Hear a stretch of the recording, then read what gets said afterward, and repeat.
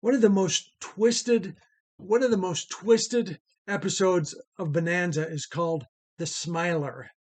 Now, just the title alone gives you a sense of what a twisted villain is in this episode.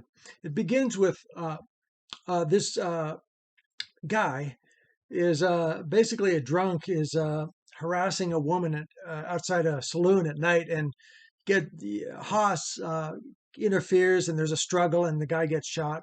Haas blames himself because he was the one who rescued the lady, and the guy got shot by accident in the struggle.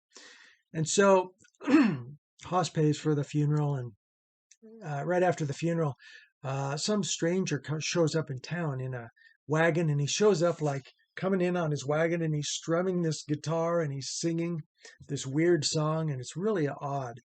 A very strange dude just kind of rolls into town, singing his way down town, smiling at people, and he arrives. He comes up to the funeral procession, and he starts being all like syrupy, smooth, friendly guy. And this is the brother of the victim, right? But this brother holds no grudges against anybody. He just wants the body so he can give him a proper burial according to whatever his standard is for a proper burial. And he's real clear that he's just as the friendly. It's almost weird how friendly this guy is. He doesn't seem like there's any grief. He's just the nicest guy in the world, and he just wants the body. And so they go along with it, and the guy loads up this coffin in his wagon, and he's wheeling it down the road, and people look at him like, "What was that?" So this guy, the first thing he does is he goes over to the Ponderosa, and he's planning to bury his brother on the Ponderosa, which is of course Haas's and the Cartwright's property.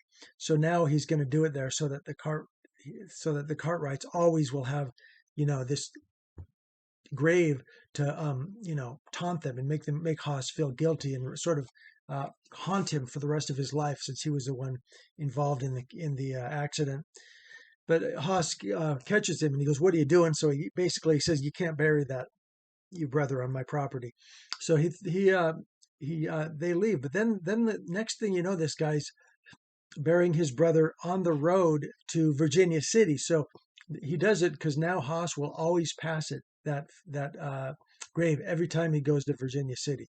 So again, he's trying to taunt Haas. So this character, the Smiler, as he's called, is a classic case of Machiavellian personality disorder. He's a very sinister Machiavellian type. If you don't know, Machiavellian he wrote the book called The Prince, which is basically how to be immoral. He wrote the book on immoral politics and utterly ruthless behavior with no concern over morals. And Machiavellian personality. Now, traits of Machiavellian personality are if you're talking to someone like this, they can be charming and engaging. And as I've mentioned, this guy tried really hard, almost too hard, to be charming and smooth and just the warmest character ever. But he was creepy in that way.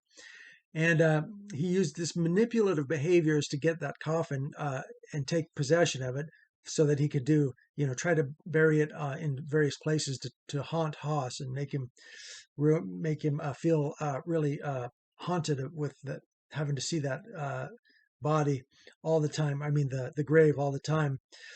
And then next thing you know, this character starts showing up wherever Haas is. If Haas is in town, that guy shows up in town. He just keeps showing up. He passes them on the road, whatever. The Machiavellian personality is manipulative and strategic. They do things very strategic, and it pretty quickly becomes clear that this character is got his eye out on Haas, and he has bad intentions.